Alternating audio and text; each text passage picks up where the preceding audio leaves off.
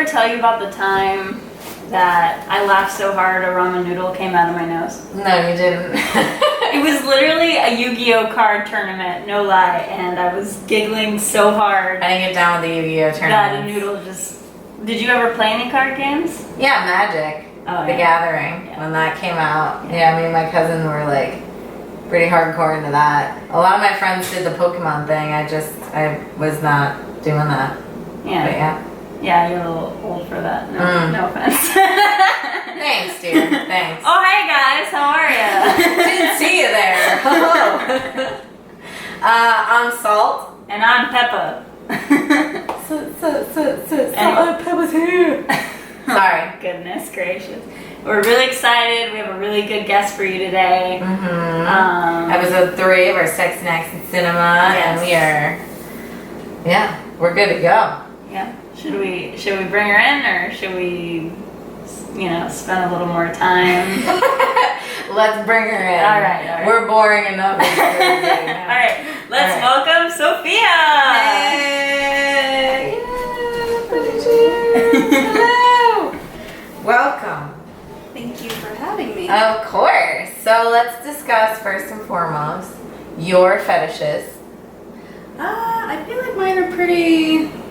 I don't mean to be that person, but I think they're pretty boring. I really just I'm into like the rough stuff, spanking, choking, not too hard, not too, degrading, things like that. Haven't really explored the other ones just because, once I got into the sex work world, then I realized there are other fetishes out there, and I've tried a little bit of everything and just didn't like them. At least you tried it though. Sloshing is a good one though. All right. I'm fine with having anyone just rub cake on me. Yeah. Oh yeah. That's fun. I mean, then there's the whole I have to immediately shower because I'm sticky and gross. But that's me. I don't like being stingy. So, sex work industry. How did you get into doing? Well, you can tell everybody about what you do, and we'll go from there. Yeah, so I moved here in, I want to say it was 2013, beginning of 2013, from New York, and when I moved here, I kind of realized nobody was really hiring, didn't have any experience in sex work at that point, thought what everyone else thinks, about the field, that it's dangerous and you have to be careful. So I was very innocent to it, and at that time my mom wasn't a very traditional woman, so she was always super accepting and open and taught me all this stuff, but I was still unfortunately very paranoid about the subject. We watched a movie together called For a Good Time Call with I forget the actresses' names that star in it, but we spent the afternoon watching the movie, and at the end of it I started to think I wonder if this profession is still a thing. And so later that day, I Google searched sexy jobs, or I think is the website that I found, and it turns out it is. I don't know if it's still thriving now. I would think it is, but I went ahead and started applying to a few agencies, worked at places where the headquarters was in Las Vegas or New York, and you would just kind of sit at home and have your earpiece in, and once you have a call come through, they'll just let you know. So that's interesting. So you kind of made your own schedule a little bit. Yeah, so you just kind of worked whenever you wanted to. It could be part-time, full-time, anytime you just wanted to be online. But when you're with an agency, I think the contract was you had to at least work 1 day a week, at least a minimum of 1 day. But other than that, you could work as many times, as often as you want to. And then if you were solo, you would go to nightflirt.com and set your own minute rate then. Okay. Interesting. So what would you say you would make in about a week or 2 week period? I wasn't too great at it starting out because I was still trying to get a feel for what it is these guys wanted, because you get guys who would want you to tell a story, a lot of guys who were just pretty quiet. They would just come on and you could hear their breathing and you could hear they want to say something, but really they just want to hear either a naughty story or they want to hear you moan. So I would have to get good at writing stories, so I'd have to kind of tap into that again, because I used to do it in high school but fell out of it. So I started writing narratives, oh, I was sitting by the pool today and I was just tanning outside and my pervy neighbor was watching me, that dirty old man, and say things like that. Or even just like, I was like, I was teasing him and like rubbing oil on myself and just stuff like that, or like a different scenario. Otherwise usually they'll tell you like what it is they want to hear from you, or sometimes like maybe a handful of guys just wanted to actually talk to you about their day. Interesting. So, what was the best call you ever had? My best client, actually, I would call him that, because now I don't know, I still don't know to this day if he just like had a bad case of dementia and just didn't know it, but he would call me at least once a week. And when you're with an agency, your pay rate goes up depending on how long you keep them on the phone for. So if you keep them on the phone for 5 minutes, your pay rate might just be like 50 cents a minute. But if you keep them on for at least an hour or two, it'll go up to like $2 to $3 a minute. So you'd have to try your best to keep them on the phone. So this guy, every time he came on, I could recognize him by his voice at that point. I think his name was Roger. And he would tell me like his whole life story, and would just go on about like how he was a World War II veteran, and he was also trying to make sure that I wasn't Asian, because he was apparently very fearful of Asian women. So I had to make myself sound more white over the phone, even though I kind of already did anyway. Yeah. And he would just kind of go into his whole life story about what the war was like, how his family is, and what his life is like now. And it just seemed like every time he called again, or like the next time he called, I assumed he remembered me, but he didn't. So I don't know if this was just like a routine he liked to do, or if he just genuinely just forgot that he spoke to me like the week before and the week before that. So he became like a regular, he was on the phone for me for at least like 2.5 hours each time. Nice. Wow. So that would get me... You're like, yes. So that would get me at least like, at that time, like $400 or $500 a week, having him at least, because starting out I was only making like $200 to $300 a week. Yeah. That's still pretty good, you know? Yeah, all things considered. How many hours would you say to make that 200 or 300? Honestly, I was only working 3 days a week, just because I was taking classes. So at the time, I didn't have a whole lot of time to do it full time, even though I wanted to. But I felt like 50% of my time was not just spent working, but the other 50% was also spent like writing stories in my community college classes. Like this person's giving a lecture about like the economy, and I'm just like, and then I just rubbed oil down my large, huge tits, and they're just dripping down from my nipples. And I'm just like trying to think of like what to write and like make it super descriptive and make it so like they have the scene in their head of what they're envisioning I could look like. And then you'd also have to be careful about how you describe yourself in the stories, because sometimes they want a blonde, sometimes they want a brunette. Yeah. And it's always hard when you get the silent callers who don't like give you tell you what you want or what they want. Right.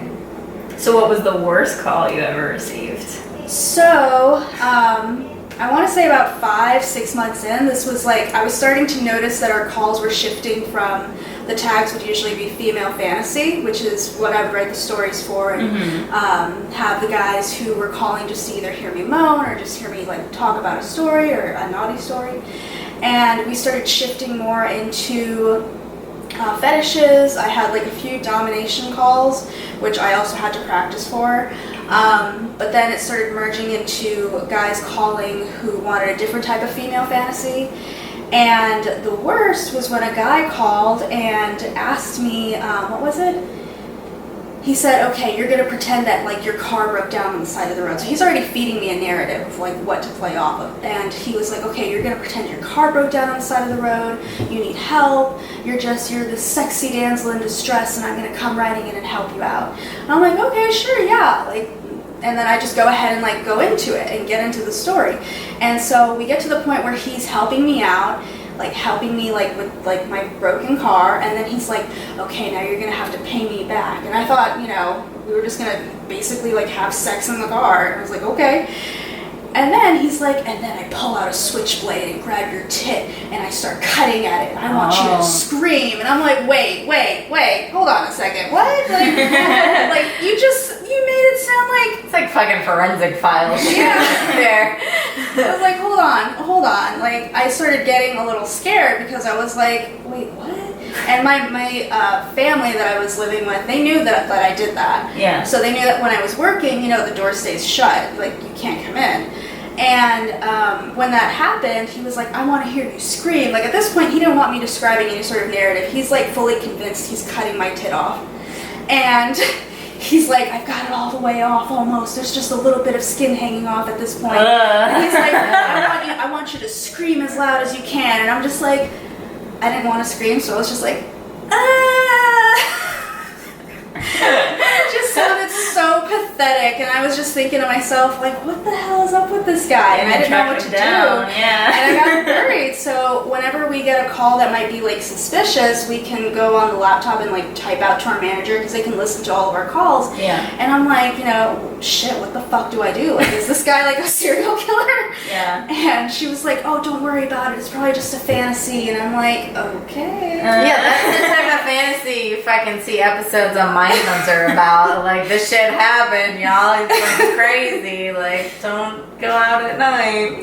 Yeah, no fucking kidding, man. That's creepy. Yeah.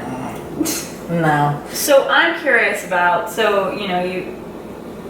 I don't know how like experienced you are with relationships and everything. You have this kind of, sexual persona that you have for work, right? That's for work. So how do you go from, that to like being like yourself and having a relationship or, courting? You know what I'm kind of asking you? I'm just curious like how that is. Well, for me, the thing, I hope I don't sound cheesy by saying this, but I guess I always felt like through doing this work and like once I kind of left phone sex operating work, I moved on to escort work. Yeah. And through doing that, I kind of realized that I didn't like having two personas and I didn't like being a separate person. And meeting a lot of the women and men that I have through doing this, I've noticed they like to have a separate, they like to be like, oh, I'll turn this on when I can. Yeah. And for me, it's like, no, I want these people to know me, and I want to be okay and comfortable with like who I am and how I present myself to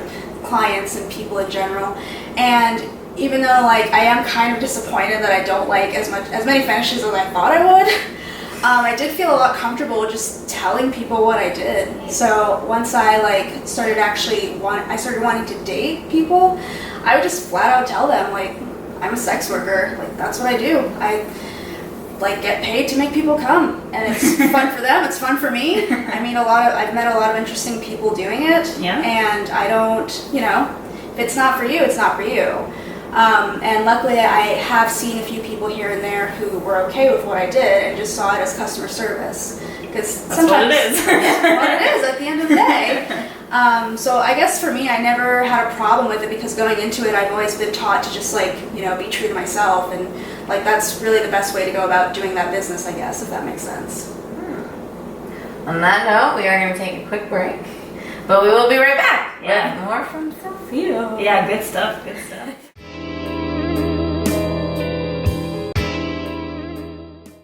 Shut up, Salt. Stop being so salty. All right, Pebble. This is why we broke up. We don't talk about that All right. on the air. That's So not- we're back to it now. So during our little brief break that we had, you said you're taking a slight break from that aspect of the world, and that's something that I'm interested in. I would like to touch base on because a lot of people out there don't realize what's going on in the world right now. Sorry, I'm fixing my mask. Is it the world or is it America? America. It's America. America, okay. Yeah, because you can go to Amsterdam and everything's hunky-dory. Yeah, everywhere else in the world is much more progressed than we are, and it's just such a pain to see us moving at such a slow pace. Or even moving backwards. Yeah. So you're taking a break because... Mainly because of SESTA and FOSTA. Hopefully people know what's going on with that, and if you don't, it's basically they're organizations built around trying to get rid of sex trafficking with children and women. And I'm sure a lot of people have seen what's happened with Backpage and how that just immediately shut down right when that happened, because everyone just lost their shit and lost their mind with trying to stop sex trafficking. But in doing so, they also decided to hurt business for people who are willing to do this for work and rely on doing this for work. They made it more dangerous. And that. I've heard a lot of horror stories of women, well, friends even, who have had to resort to just doing freestyling, and that's very risky. So far, I haven't heard like horrible things. I think the worst I've heard so far is a girl getting mugged, and another girl who was actually stabbed in Vegas. But it hasn't been like super horrible. Like anyone hasn't, like no one that I know of has died from it yet. But a lot of women have had to stop doing it because it's just dangerous to do right now. There's not a safe way for us to verify clients online. There's only one reputable website to do that, and even then, it won't. For some reason, it doesn't show all of their information anymore. And those guys are just slipping through the cracks. And a lot of them are having to resort to going on the streets to get work, and it's just not a safe time. And a lot of them, from what I know, have had to move out of the country just to be able to work, because that's all they rely on. That's all they know. So. Yeah. Yeah, that's crazy. It's important that people know what's going on, that type of thing. Now, like, I know I did a lot of the dominatrix stuff, and you said you made a transition from phone sex to escorting, and then, like, how'd you go from there? Where'd you go from there? Honestly, I was scared shitless trying to do that. Yeah? Because I thought, I still had that mentality about, like, I'm gonna end up in a dumpster, like in CSI or something. And I didn't think, at that time, I wanted to leave the phone sex operating work because it turned out to be much more difficult than I thought, like, long term, unless you're, like, willing to stick to it and you like have it as a part-time thing until you like hone your craft at it. It's just very hard to do. And I just felt like I wasn't very great at it. Guys come so fast too. I mean, you made it 10 minutes into the story and they're done. Yeah, you said hello and they're like, I got it 25 cents a minute. I think for me, I had to like weigh a lot of the pros and cons to like, doing it. And I remember even like asking women that I didn't even know. I would just like go on like things like Tumblr and like try to like look up as much as I can, see women who were doing it and ask them their experience and how to get into it. And at that time, when the erotic review was still around, it was very easy for me to go on there and look up like agencies in the area, check and see which ones were legit, and I just reached out to them to speak to them about having them hire me. And one of them did, and at the time, and it's funny because that same day, that was when I got the call from the advertising manager that the agency manager, she wanted me to come over to her apartment complex and she wanted to meet me, which I was very sketched out about. yeah. Because right before I did that, I had an interview with Zinn Burger, the burger wine bar place. I was just going to be a waitress there. And that's when I got the call, and that's when I just decided, well, fuck this. And then I threw off like the waitressing shoes, didn't even show up for the Zinn Burger interview. I just went straight to the apartment because I just assumed that going into this business I'd make a lot more money. Yeah. And I met the woman, and the place didn't look sketchy at all. It was actually very nice. It was right in the Buckhead area, and it had like all these like exotic plants outside. I don't know how they could afford that. And she had like her assistant meet with me, and her assistant like calls her right in front of me and is just like, does she look like she does in the photos? And then she's like, okay, she's in. I was like, oh, okay. That's it. Just want to make sure you weren't like photoshopping the shit out of your face. Or like there were old photos from like 10 years ago or something. That's amazing. I don't know. I don't think I could do it. Like escorts, I don't think I could do it. I mean, I did the dominatrix thing for a while, but that was a little bit different, Like you had your clients set up, you knew what they wanted, you knew what they were expecting, you knew what you were going into, and you never went in alone. Well, we didn't. But I don't know. I don't know if I could like.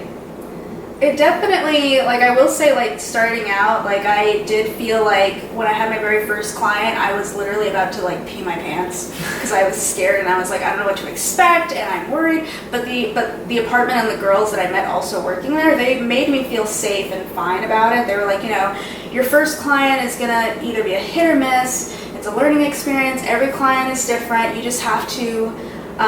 Just figure out the person. And even if, this person isn't like someone you would talk to in a bar, just find something about them that you like, that you can attach yourself to, if that makes sense. My very first client was a man who was in a rush on his lunch break, So I was trying to be all like romantic and have like candles and wine, and like I even like went through the extra effort of like getting like little like desserts, because I assumed that this 2-hour session was going to drag pretty quick. And he just kind of lunged himself at me, and I was like, oh, okay, all right, we're doing this, okay.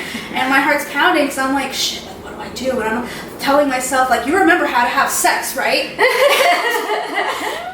You don't really have to do anything at all. You can just lay there and it'll be fine. And that's literally what it felt like. Like, this guy was just kind of like doing all the work for me. Like, all I had on was my lingerie and my robe, and he was just like getting to town, just throwing things off. And I was like throwing stuff off at him. I was like, let me just like follow his lead, and maybe he'll think like, you know, that I'm actually I know good what at I'm this. doing. I'm not super new. And by the end of it, he like really enjoyed himself. He seemed happy, and he left happy, and he tipped me really well. And I felt weird because I was like, I didn't even get to ask him how his day was.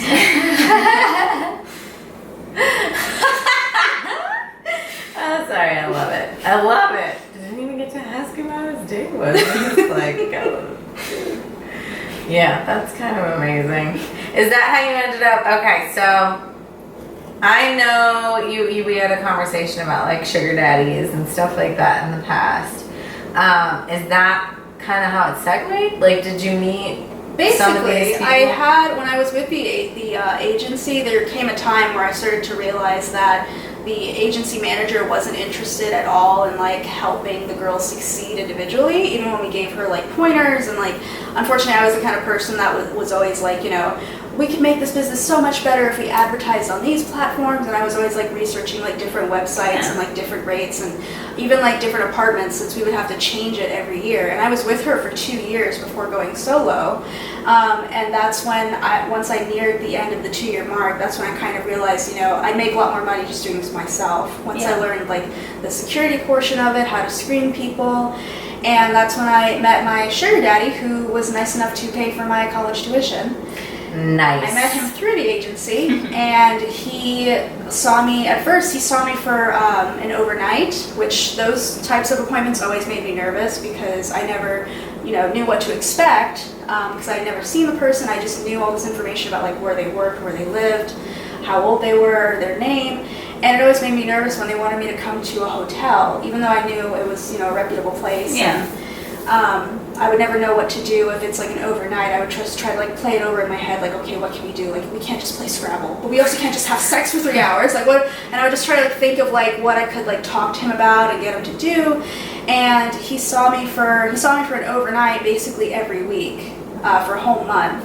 And after that first month, he was like, you know, can I see you like outside of this? Because he didn't like that, you know, we were being timed, basically. Mm-hmm. And that's when we got into the discussion of us like making an arrangement, because a lot of, from what I understand, a lot of people who go into these things don't like to think of themselves as a sugar daddy, but they want to look at it more of a mutually beneficial arrangement. So that's when we entered into that. So it's interesting.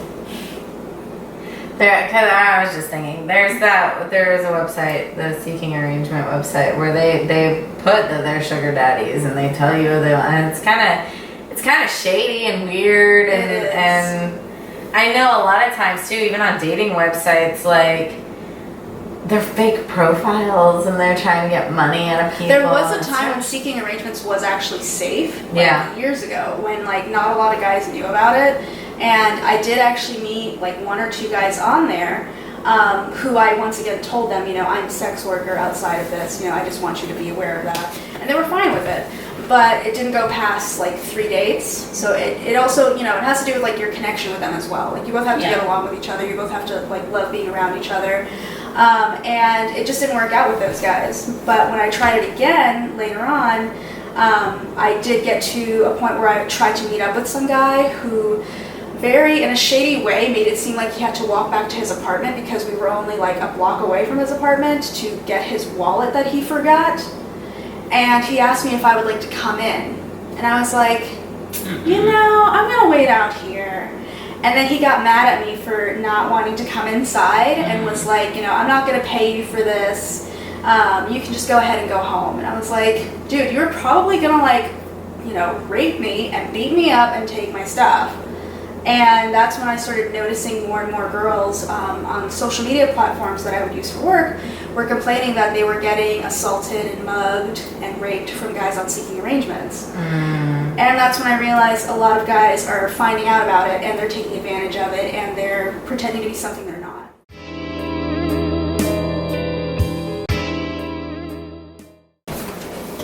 I also have a question about the. I'm sorry, I'm like not giving you any time to talk at all.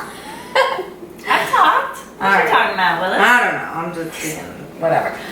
So you have to do this regardless. Like, what if the guy that came in was like a total, like, gross, disgusting, like, I Just, don't know. do you mean I like just- physically? Like, yeah, you just like I just feel like I wouldn't be able to go through with it if like. There wasn't some sort of attraction. Yeah, if it was like, you know, what's his face from the Goonies? Chunk? If he just like walks in or something. Like, I don't know if I could be able to. I mean, honestly, there are, there are those moments that you like meet a client that doesn't look like the type of person you'd walk up to in a bar, or like, you'd want to really have a conversation with. And a lot of the times, as far as like hygiene, a lot of these guys knew going in that they needed to shower when they got there, regardless if they showered before getting there. Like, you can tell me you showered and I can smell your breath and see if you like brushed your teeth, but you're still getting in that fucking shower. And I'd even put it on my website, like, under the FAQs, I appreciate a clean man. Like, please take a shower. If you don't smell the way I want you to smell, or if you don't smell good, you need to leave. Like, I don't care about losing money. Like, get out. Yeah. And I would just think that it's like rude and disrespectful. Yeah, it's courteous. And so whenever that type of like situation happened, that only ever happened once, honestly, and I could like immediately smell it off of him, but I wouldn't be rude about it. I would just think, sometimes these guys are too eager to really pay attention sometimes. And I would just say, oh, how about I like hop in the shower with you? And I'd make it seem like I want to do something naughty with him, when really, I just want him to not smell so bad. I just want you to clean your dick. But it still just kind of goes back to the whole, just find something that you like about them, because obviously you're not always going to be attracted to every person that walks through the door, but they could be like the sweetest person, or you guys might have like the same common interests. You guys might really be in love with the same video game, and like that could be the thing that connects you and makes like, having fun with them a lot easier. We used to have to do that in like acting classes. They would say, if your scene partner, if you're not attracted to him, you have to find something you love about him to make it believable. I always had such a hard time with that. Oh, I had no trouble. Oh man. I was always really good at faking sex appeal and attraction, because at the end of the day, it's acting. So, and in a way, like you said, you're providing customer service, and in a way, you're acting. Like, being a sex worker, I think, is multiple jobs wrapped in one. Yeah, it's got to be taxing. You're a therapist, you're Yes. a cuddle buddy, you're a partner. There were even a lot of Was times... it exhausting, like emotionally? Or It was just exhausting mentally, because Yeah. there were a lot of guys who came in and would want to talk to me about like their family, or they're having like problems with their kids, or problems with their wife, and which I would think is kind of odd to talk to me about, because going into it I would The think, fantasy. yeah, like this is your time to like break away from that and like have a fantasy and relax and have fun. And I would just I'd just be okay with it and say, okay, if you want to talk to me about this, and like I'd try to give them the best advice I could. And a lot of these guys really did become like some of my closest friends. They would like reach out to me whenever they saw on my social media.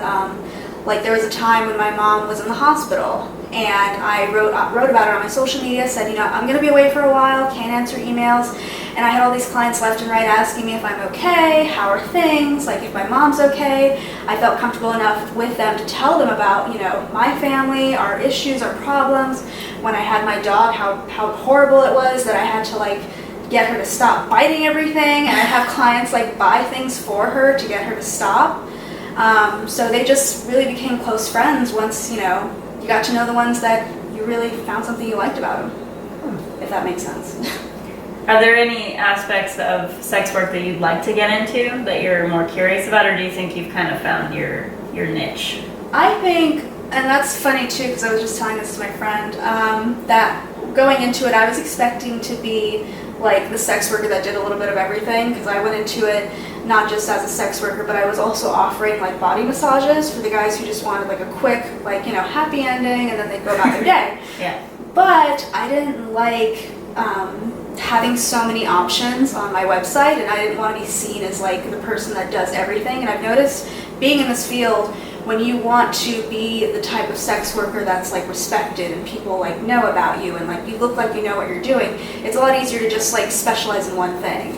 And I realized that what I'm actually good at is connecting with people. Like, I actually like talking to people and like being their girlfriend. And that's when I realized that I just like providing the girlfriend experience. So I just became known as that. And I think it was more so, even now, refining how I present myself, how I write about myself on the website to attract the right type of clients. So I don't get guys who are like, oh, can you do this for $20? Like, no. Oh, I can imagine. More self-respect than that. Yeah, like, I don't know. It's funny to think about too, because there was a moment when I was with the agency when we would have to take low rates a lot and do specials, and I just felt like it was very degrading. Yeah. Because it's like, especially when a lot of these ladies had been working there much longer than I have, Yeah. and I would look at them with like all this respect, like, you know, how come your rates aren't higher? How come you're not? And You're not that's- building towards something. Yeah. Yeah, I gotcha. So. Is there anything you want our audience to know? Would you like to plug something? I'd say just, you know, be nice to sex workers if you do plan to see any. Obviously, do your research because, you know, government's out there. They're watching everyone, unfortunately. TER no longer exists because of SESTA and FOSTA, so the best places you can go to are Eros, EROS.com.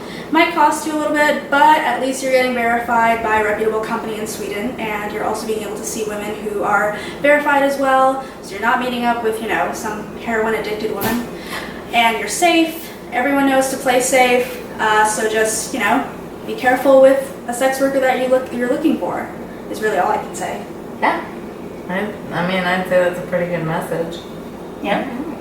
Thank you so much for being our guest. Thank you for having all the special, like. I think there's more we want to dig into here, though, so I think you might be back for another We episode. can do that for the naked episode. Ooh. You'll have to bring like a sex slave to serve us cold drinks and dab our foreheads as well. You know. He's just just want a handing slave. us drinks like one by No, one. he can be our table. Yeah, that's what I was That. saying. Like, he's like the table, and then he's just like, you see him out of frame, just like giving us a cup. Thank you. Yes, mistress. Yes, mistress. Ah, I love it. That'd be fabulous. Let's do that. Let's have plan yours. Mine is. He could be our footrest. You know, we could just love He's our gonna feet. be our footrest. Yeah. I mean, he's young enough. He can probably. He's got stamina. He's got some stamina going on. Yeah. Maybe. I don't know. We'll see if he wants to join us one day. Yeah. We should have yours come on one day too. Oh, yeah. I don't think he'd want to be a footrest, though. Oh, probably not. Maybe he could pretend to be like a bearskin rug or something. Oh yeah, we could do that. Hook him to the wall. It's very furry-esque. Yeah, we need to get the furries on here. And once again, we actually have a email address. You guys can email us at sexsnacksandcinema@gmail.com if you want to be on the show, or if you want to just chat with us and talk about something you'd like to see on the show. We need a big, well-suited financial supporter to get us a nice camcorder. You know? If you guys are as frustrated with the sound quality and the video quality as we are, please, we have a Patreon going right now. We have some pretty cool items in the tiers. We have video chats with us and pieces of clothing, and You get to see videos stickers. of us, Yeah. Poland. Yes, we do Unmasked, pole dance, too. we do lira, and we also do silk. So you get footage of us doing our thing and all kinds of fun stuff. So please, if you enjoy what you see, like, sign up for our Patreon. It'll be fantastic. I think that's it, right? Yeah. Don't look at me like that. Thanks, guys, for watching, and we'll see you next time.